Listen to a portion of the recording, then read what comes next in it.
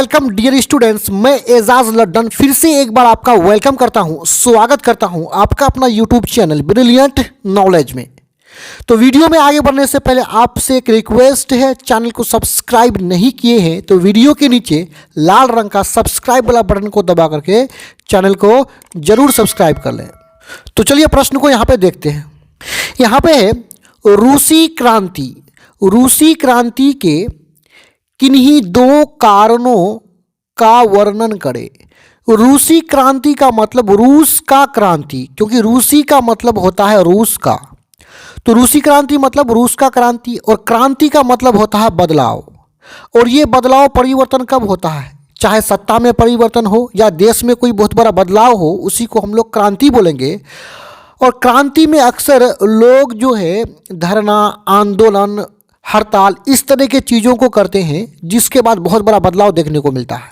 तो ये जो रूसी क्रांति हुआ था, रूस में जो क्रांति हुआ था, उस क्रांति के होने के दो कारणों को बताना है, दो वजह, दो रीजन को बताना है जिससे क्रांति हुआ था। तो उत्तर में जाने से पहले मैं बता दूं कि इस क्रांति से पहले रूस में जार का शासन था। किसका? जार, यानी रूस में शासन करने वाला, राज करने वाला जो था वो था जार। तो इसके शासन के दौरान लोगों में काफ़ी असंतोष था। लोग इसके शासन से खुश नहीं थे, इसको अयोग्य मान रहे थे, नालायक मानते थे कि ये रूस को नहीं संभाल पाएगा। इसलिए रूस में आंदोलन हुआ था, इसलिए रूस में क्रांति हुआ था।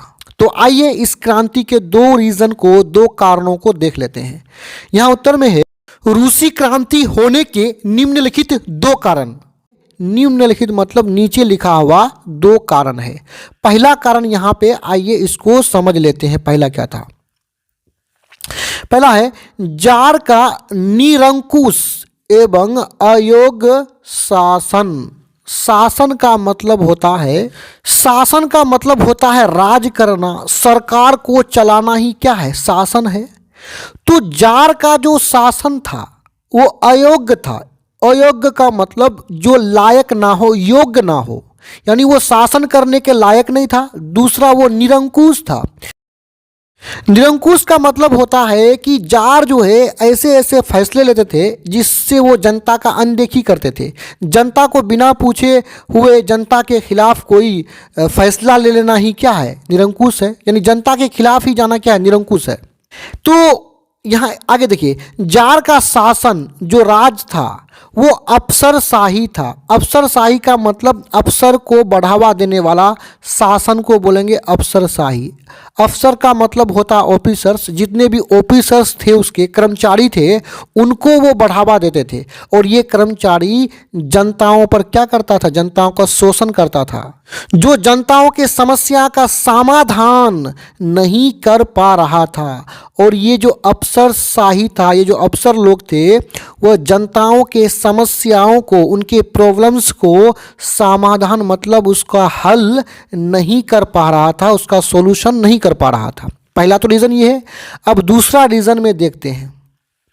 दूसरा है मजदूरों की स्थिति दयनीय। दयनीय का मतलब होता है खराब हो जाना। यानी दूसरा पॉइंट में कि मजदूरों को जो स्थिति थी, उनका जो हालात था वो दयनीय हो गया था, काफ़ी खराब हो गया था। तो इसमें देखते हैं इसमें कि जार के शासनकाल में मजदूरों को कोई राजनीतिक अधिकार प्राप्त नहीं था। यानी जार के शासनकाल में, जार के राज में मजदूरों को कोई भी राजनीतिक अधिकार नहीं था। अधिकार का मतलब होता है हक, राइट्स।